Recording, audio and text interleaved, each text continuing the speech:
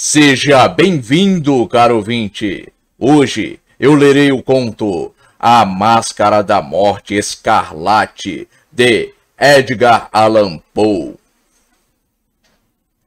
Havia muito tempo que a morte escarlate devastava todo o país. Jamais uma peste fora tão letal e tão terrível. O sangue era a sua encarnação e o seu sinete. O vermelho é o horror do sangue. Começava com dores agudas, com um desvanecimento súbito, e logo os poros se punham a sangrar abundantemente. Sobrevinha, então, a decomposição. Manchas escarlates no corpo e, notadamente, no rosto da vítima. Segregavam-na da humanidade e a afastavam de todo socorro e de toda compaixão. O contágio, o progresso e o fim da enfermidade consumiam apenas meia hora. Mas o príncipe próspero era feliz, intrépido e sagaz. Quando seus domínios minguaram a metade de almas vivas, convocou 1 milhar de amigos fortes e de corações alegres, escolhidos entre os cavalheiros e damas da sua corte, e, com eles, formou um refúgio recôndito em uma de suas abadias fortificadas. Tratava-se de uma vasta e magnífica construção, criação dele mesmo, o príncipe, conforme seu gosto excêntrico e majestoso. Rodeava a construção um muro espesso e elevado, guarnecido de portões de ferro. Uma vez transpostos os muros pelos cortesãos, estes se serviram de fornalha e de vigorosos martelos para soldar os ferrolhos. Deliberaram, entrincheiraram-se contra os súbitos impulsos ou os desesperos provenientes do exterior e lacraram todas as saídas aos frenesis do interior. A abadia estava amplamente abastecida. Graças a tais cuidados, os cortesãos poderiam enfrentar o contágio, que o exterior se arranjasse como pudesse. De sua feita, seria uma loucura afligir a alma com meditações sobre a peste. O príncipe havia fornido aquele refúgio com todos os meios prazerosos.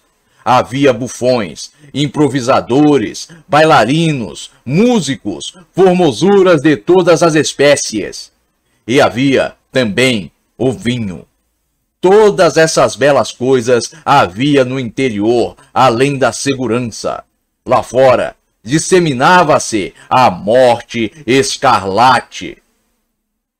Foi ao fim do 5º ou 6º dia em seu refúgio, enquanto a peste fazia grandes estragos além das muralhas, que o príncipe próspero proporcionou aos convivas um baile de máscaras de mais insólita magnificência.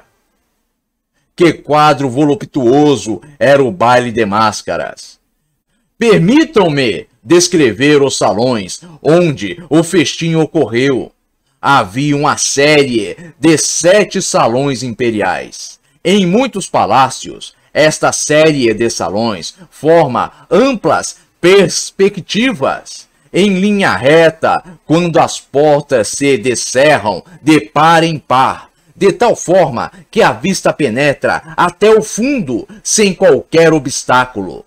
Aqui, o caso era assaz diferente, como se era de esperar da parte daquele duque e da sua inclinação pelo bizarro. Estavam as salas dispostas de forma tão irregular que a vista não poderia compreender senão um salão de cada vez. Ao término de um espaço de 20 ou 30 jardas, via-se uma brusca curva e, a cada esquina, o ambiente assumia um aspecto diferente.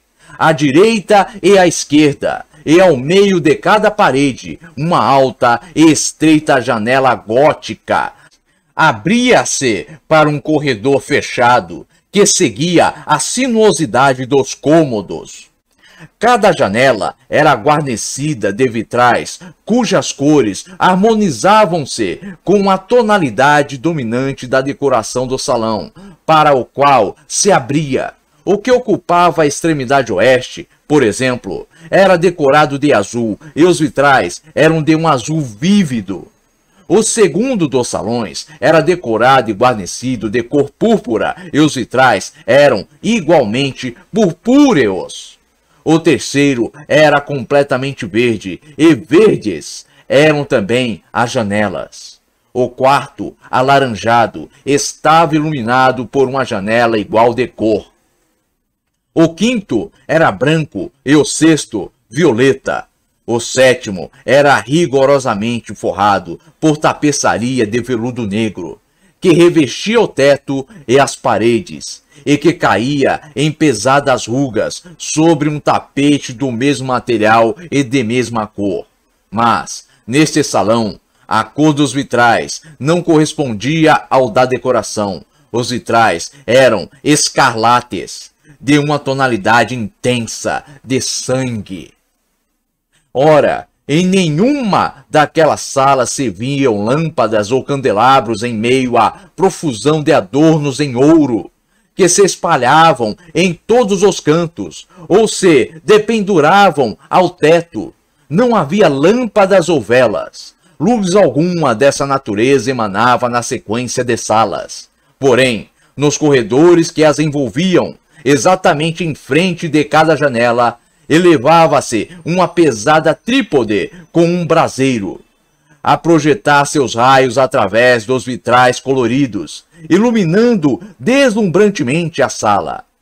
Perfazia-se uma miríade de formas cambiantes e fantásticas, mas, na sala voltada ao poente, na câmara negra, a claridade do braseiro, que se refletia sobre as negras tapeçarias através dos vitrais sangrentos, era sobremodo sinistra e incidia sobre as faces dos imprudentes que ali entravam, conferindo-lhes um aspecto de tal forma estranho que muitos poucos dançarinos se sentiam com suficiente coragem para penetrar no recinto. Também nesse salão se erguia, amparado no muro oriental, um gigantesco carrilhão de ébano. Seu pêndulo oscilava com um tic-tac surdo, pesado, monótono. E quando os ponteiros dos minutos haviam percorrido todo o seu círculo, e a hora se completava, provinha dos pulmões de bronze um som claro, estrepitoso, profundo e extraordinariamente musical, mas de um timbre tão regular que, de hora em hora, os músicos da orquestra eram obrigados a interromper por alguns segundos a execução para escutar a música das horas, e os dançarinos cessavam à força as suas evoluções. Uma momentânea perturbação graçava aquela multidão alegre e, enquanto soava o carrilhão, era possível notar que até os mais arrojados empalideciam e os de maior idade e reflexão passavam a mão à fronte, como se abandonados a uma meditação confusa ou a um devaneio.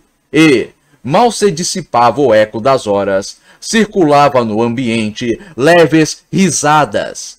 Os músicos olhavam uns aos outros e se riam dos próprios nervos e da própria loucura, e juravam em voz baixa que, da próxima vez em que soasse o carrilhão, não sentiriam o mesmo desconforto. Mas, no entanto, quando decorridos os 60 minutos da hora desaparecida, que continha os 3.600 segundos, quando irrompia uma nova batida do relógio fatal, reproduzia-se o mesmo estremecimento, os mesmos calafrios e os mesmos devaneios febris. Apesar disto, a orgia continuava alegre e magnífica. O gosto do duque era especialmente singular. Tinha a vista apurada para as cores e aos efeitos que estas produziam. desdenhava dos gostos da moda. Seus planos eram temerários e selvagens, e suas concepções brilhavam com um bárbaro esplendor. Alguns o julgavam louco, mas os seus cortesãos sabiam que não. Todavia, era preciso vê-lo, tocá-lo, para assegurarem-se de que ele não estava de fato ensandecido. Para esse baile, havia o príncipe se ocupado pessoalmente da decoração do mobiliário das salas, e foi o seu gosto pessoal que elegera o estilo das máscaras. Dúvidas não pôde haver de que eram concepções grotescas. Tudo era deslumbrante e brilhante. Havia coisas chocantes, fantásticas, muito do que depois foi visto no Hernani. Havia figuras arabescas, com membros e adornos desconformes, fantasias delirantes como a loucura. Havia muito de belo, de licencioso, de bizarro, algo de terrível e não pouco do que produzia repugnância. Era como se uma miríade de sonhos deslizasse de um lado para o outro nas 7 salas. E tais sonhos se contorciam em todos os sentidos, tomando a cor dos salões, fazendo com que a estranha música da orquestra parecesse o eco de seus próprios passos. Mas logo soava o relógio de ébano no salão dos veludos. Então, por um momento, tudo se detinha, tudo emudecia, salvo o ecoar do relógio. Tudo se congelava em suas posturas. Mas os ecos do carrilhão se desvaneceram. Não duraram senão um momento, e mal se extinguiram. As gargalhadas, mal reprimidas, ecoavam por todos os cantos, e a música voltava a tocar, reavivando os sonhos.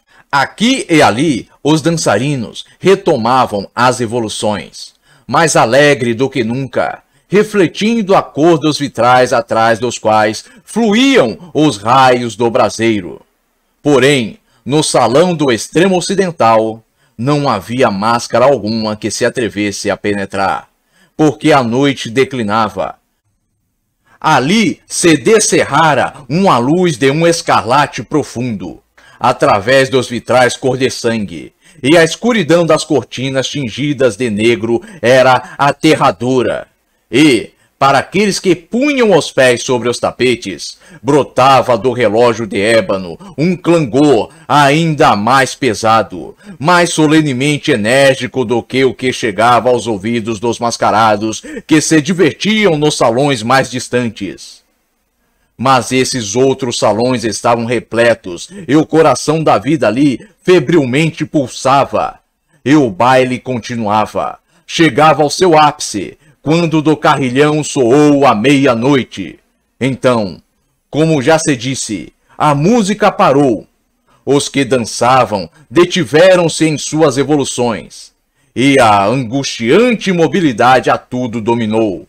Agora, porém, o carrilhão bateria 12 vezes. Desta vez, porque ecoou mais longamente o carrilhão. Inseriram-se nos pensamentos dos que se atiravam à diversão um maior volume de meditações. E talvez, por isso mesmo, muitos do que compunham a multidão, antes de se esgotarem os derradeiros ecos das últimas horas dadas, puderam perceber a presença de um mascarado que, até aquele instante, ninguém notara. E, tendo se espalhado aos sussurros a notícia daquela intrusão, insinuou-se na multidão um murmúrio indicativo de surpresa e desaprovação, que evoluiu para o terror, horror e repugnância. Numa multidão fantasmagórica como a que descrevi, era necessário, sem dúvidas, que fosse a aparição absolutamente extraordinária para ensejar tal sensação. A licenciosidade carnavalesca daquela noite era, realmente, quase sem limites. Mas a personagem em questão havia transcendido a extravagância de um Herodes e ultrapassado os amplos limites do decoro que o príncipe estabelecera. Há, nos mais temerários corações, cordas que não se deixam tocar sem emoções. Até entre os depravados, para quem a vida e a morte são igualmente um brinquedo. Há coisas com as quais não se pode brincar. Os convivas pareciam sentir profundamente a inconveniência dos trajes e da conduta do estranho. Era ele alto e delgado. Estava envolto com uma mortalha funerária da cabeça aos pés. A máscara, que lhe ocultava as faces, reproduzia fielmente o semblante de um rígido cadáver, que um exame apurado teria dificuldades em perceber o engano. Ora, aquela frenética multidão bem poderia tolerar, e mesmo aprovar, aquela desagradável figura. Acaso o mascarado não tivesse adotado a representação da morte escarlate? Suas roupas estavam enodoadas de sangue e a sua ampla testa, assim como as suas feições, salpicadas do horror escarlate. Quando os olhos do príncipe Próspero focaram a espectral figura, que, com solenes e enfáticos movimentos, feitos para melhor representar o seu papel, evoluía aqui e ali entre os dançarinos, caiu numa violenta comoção e estremecimento, tomado pelo terror e pela repugnância, e, segundos depois, sua fronte turvou-se de ira. "Quem se atreve?" perguntou com rouca voz aos cortesãos que o rodeavam. "Quem ousa a nos insultar com esta ironia blasfema? Segurem-no e desmascarem-no, para que saibamos a quem iremos enforcar nos altos das ameias ao amanhecer." Encontrava-se o príncipe Próspero, ao pronunciar estas palavras, no salão oriental, ou Câmara Azul, e a voz do príncipe Próspero ressonou potente e clara pelos 7 salões, pois o príncipe era um homem impetuoso e forte, e a música havia cessado a um gesto de sua mão.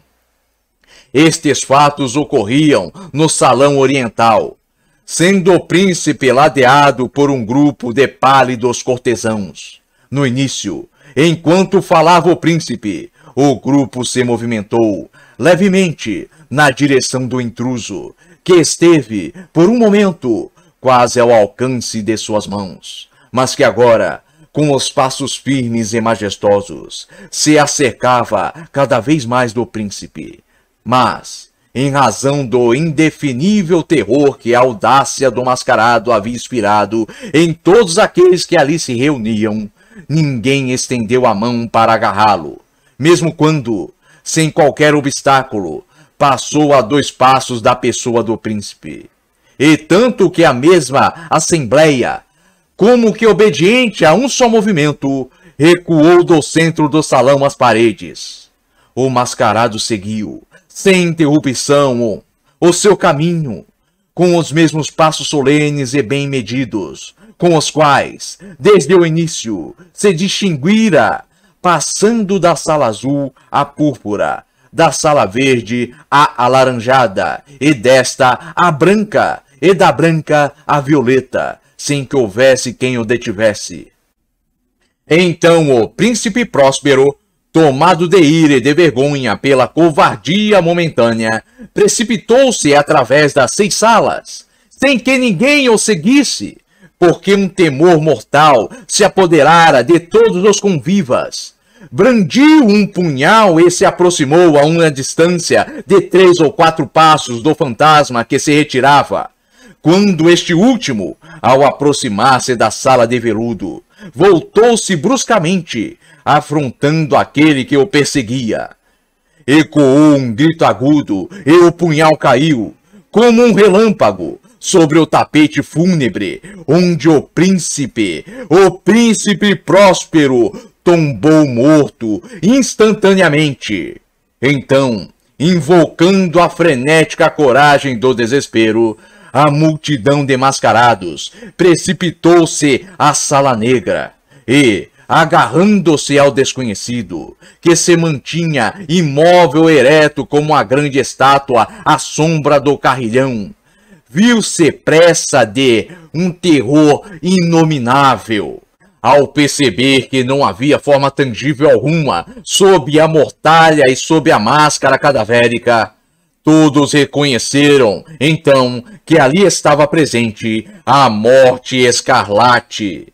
Ela se insinuara como um ladrão noturno, e todos os convivas tombaram, um a um, nos salões das orgias, manchados de sangue, morrendo na mesma postura desesperada em que desabaram.